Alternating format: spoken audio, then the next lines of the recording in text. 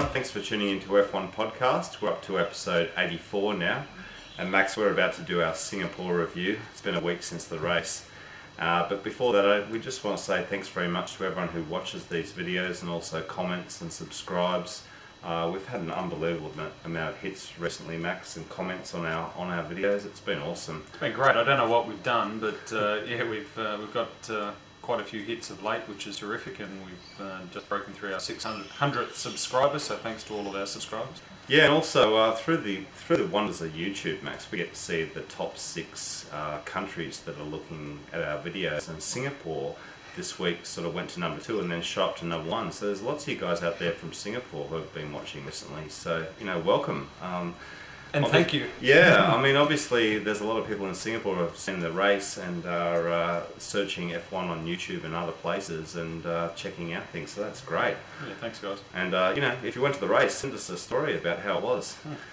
All right, Max, let's enough about us, Pep. Yeah, mate, let's talk about the race. Let's talk about seeing those cars. We talked about it a little bit in last podcast about seeing the cars under the lights, but once the race started, mate, it was great to see the cars under the lights. Something different, spectacular, wasn't it, mate? Oh, fantastic. It was great, and it's a really picturesque circuit.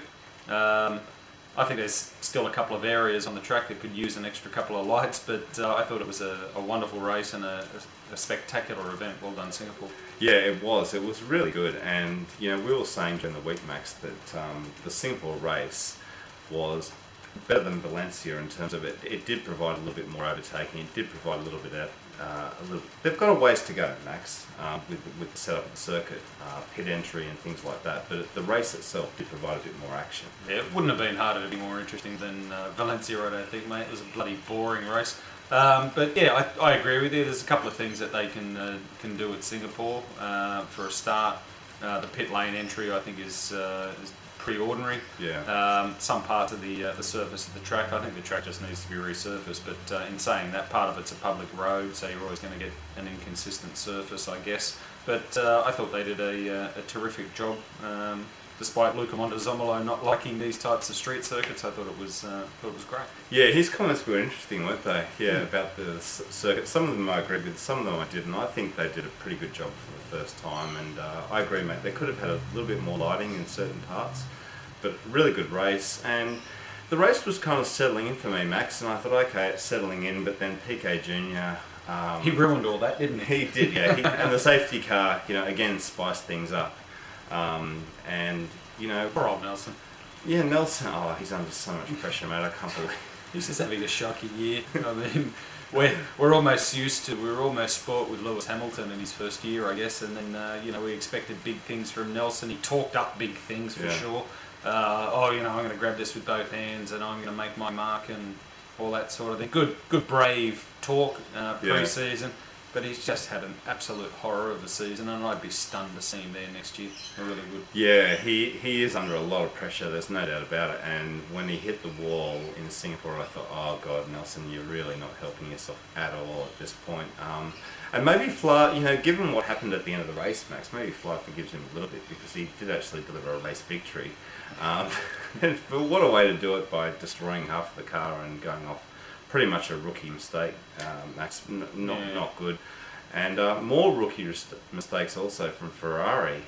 This lighting system, where there's been lots of comments about that, and after Nelson hit the wall and there was all that safety car action. The next big thing was that Massa incident in the pit lane. I couldn't believe again that the driver, Max, was released, and green light, off he goes, and drags the fuel rig down the pit lane. Unbelievable. Yeah, look, I think it's high time that the Ferrari experiment give it lights up. is turned off. I still don't think you can beat a lollipop man. Look, I realise that there's a human that has to press a button, or there's part of the fuel rig that a light goes on and they pull it out, and that triggers the go light. I don't know, but I think it's time that it's cost Ferrari a lot of points now, these two incidences, and I think it's time they brought the lollipop man in there. I agree, mate. For the few tenths that they gain, I said in a comment on one of the videos that the lollipop has personality, and the lights don't, and the lollipop does it does a better job. So Ferrari, I don't think should continue with it. But anyway, it was embarrassing again for Ferrari, and there was more embarrassment to come with Kimi. But anyway, that was an embarrassing incident for Ferrari to see Massa go down the pit lane. Well, it cost Massa. Cost him dearly. Cost him perhaps the championship. Neither Ferrari finished on the podium. Yeah. So unfortunately, it's one of these things that happens. But you know my thoughts on it. I think it should go. Yeah, and really the other thing that we've got on our list here is again Webber retiring, shocking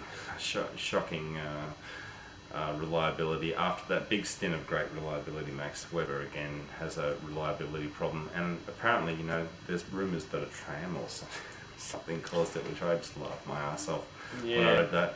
Couldn't believe that a modern F1 car would be interfered with by something as stupid as a Singapore tram. Well, I mean, Webber's had wonderful reliability this year. I think this is his first failure this year. But apparently the gearbox selected 2 gears at once, and apparently it's the same thing that happened to another car during the week. And it's cooked the gearbox. They went over the telemetry. There was nothing there to say that there was anything untoward happening other than an electrical spike. Look, bad luck. I mean, Webber was short of the podium almost as far as I was concerned. Yeah, he was doing so well at that point. Yeah. Red Bull had pitted, and then the safety car came out, and again, he was doing well. Unfortunately, robbed of some serious points, and as I said, probably a podium. But that's racing, mate. Yes, mate. All right, well, let's get on to the end of the race where Fernando Alonso wins the 7th winner this year. Mate, before we go on to that, can I just mention Kimi Räikkönen? Oh yes, of course. 3 laps to go. From the end, and just switching off and bang into the wall. Yeah, very disappointing. Sorry, I was trying to block it out, Max. That's why I sort of moved on to Fernando, because I was trying to forget. And honestly, at the time, I was thinking, my God, what a rookie mistake! I can't believe it. And shocking. I'm sorry. Again, this is another unforced error from Kimi. Yep. And very disappointing, Max. 3 laps from the end. I mean, not good enough. And no surprise that he's come out and conceded that his championship's pretty much over. Yeah, exactly. And hey, a bloody long race and a difficult race, but this is what they're paid to do, and everyone else managed to go around okay. And I was so disappointed to see Kimi. There was no excuse for it, I'm afraid. Absolutely no excuse for it. So more Ferrari points down the drain. All right, mate, let's go on to it then. Fernando won the race. It was great to see. A bit of a fairy tale, maybe. I was thrilled. Yeah. I thought it was great that he won the race. Different circumstances, of course. When these things get thrown up, it's it was great to see. Well, you start 15th, mate. You don't expect to win the race. That's for sure. But he was quick all weekend, and he was the recipient of some good luck. Simple as that. He might want to buy Nelson Piquet a car or something made as a thank you for having a massive off. Not that I'm suggesting anything untoward, because I'm not. No. But it was great. I mean, that's make your luck in Formula 1, and he happened to be there at the right time, and it was good to see him excited winning the race. Good on him as well. 1 year, I think, to the day that since his last win, and just great to see him doing well. Nico Rosberg as well.